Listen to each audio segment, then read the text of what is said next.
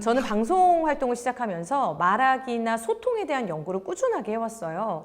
그러다가 아이들의 교육에 초점을 맞춰서 진행해온 지가 지금 한 14년 차 정도 됐습니다. 아이들이랑 뭐 기본 인사법부터 목소리, 발음, 논리력, 발표력, 그리고 정서, 자존감, 또래 관계까지 두루두루 많은 것들을 코칭을 해오는데 제가 코칭을 하면서 느낀 게 있어요. 결국은 부모의 역할이 가장 중요하다. 그러니까 집안에서 아이들이 엄마 아빠랑 주고받는 일상 대화, 감정 대화, 문제 해결 대화 이런 것들이 충분히 원활하게 진행된 아이들은요. 기본적으로 정서, 지능, 자존감이 굉장히 높아요.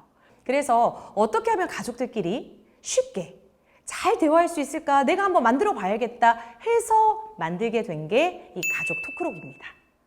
일단은 가족회의를 하면요. 잔소리가 줄어들어요. 아이들이 잔소리를 얼마나 싫어하는지 아세요? 제가 얼마 전에 수업할 때 아이들한테 종이에다가 내가 요즘 가장 스트레스 받는 거 그리고 내가 진짜 싫어하는 거를 쓰고 격파를 이렇게 했어요. 그랬더니 진짜 거짓말 안 보태고 10에 8은 잔소리를 써요. 그래서 집안에서 부모가 아이들한테 하는 일방적인 다다다다 이런 잔소리가 아니라 서로 주고받는 대화가 되어야겠다. 어떻게 하면 대화를 잘 할 수 있을까? 한 자리에 모여서 대화 나누는 거. 이게 이제 우리가 조금 투박한 용어지만 회의라는 용어로 바꿀 수 있잖아요. 어떤 대화든 가족들끼리 모여서 대화를 나눌 수 있는 회의가 필수적으로 필요하다. 네, 그렇게 느꼈습니다.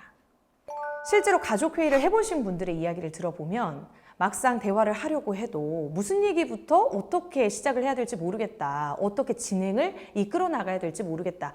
그리고 가장 많이 하시는 얘기가 결국 싸우다 끝났다. 모이면 이제 서로 불만부터 얘기하거든요. 그러니까 서로 불만을 얘기하다 보면 싸움으로 시작했다가 싸움으로 끝나요. 그럼 결국 다시는 회의 안 해. 이렇게 마무리가 되는 경우가 있거든요. 가족회의는요. 서로 불만을 주고받는 시간이 아닙니다. 자, 그럼 어떻게 가족회의를 해야 되냐? 저희 가족 토크록 안에는 가족회의를 잘할 수 있도록 만드는 워밍업 단계부터 가족회의의 시작, 진행, 그리고 기록, 마무리 단계까지 그냥 저희 가족 토크록을 따라오시기만 하면 자연스럽게 대화가 술술 풀리도록 만들어 놨어요. 그래서 일종의 가족회의 리드북이다. 이렇게 생각해 주시면 될 것 같습니다. 당연하죠. 네. 우리가 이제 기록을 하는 것만으로도 우리 의사소통을 되게 명확하게 할 수가 있거든요.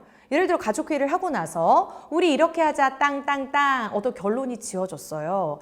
그걸 기록을 하게 되면 이걸 잘 지켜야겠다는 일단 책임감이 생기게 되고 그리고 이렇게 기록을 하게 되면 서로 지켜야 될 역할들을 분명하게 우리가 만들 수가 있습니다. 그리고 이런 기록들이 차곡차곡 쌓이잖아요. 그럼 이게 우리 가족만의 역사 기록지가 되는 거예요.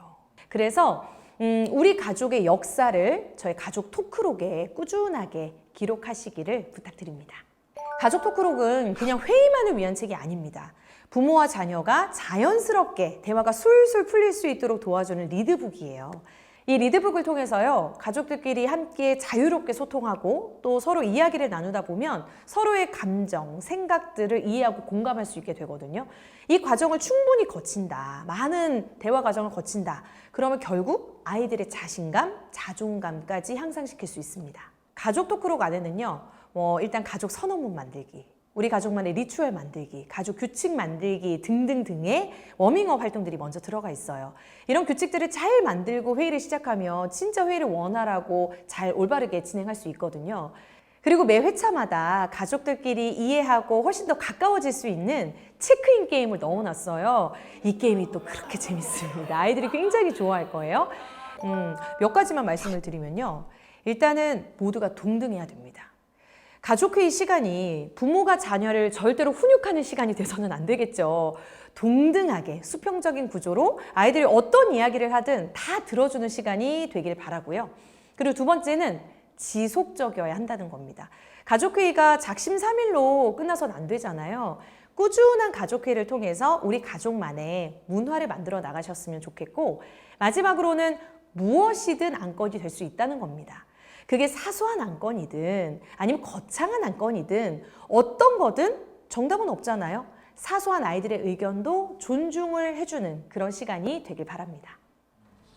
지그지글러라는 사람이 이런 말을 했습니다. 뛰어나고 훌륭하게 시작할 필요는 없다.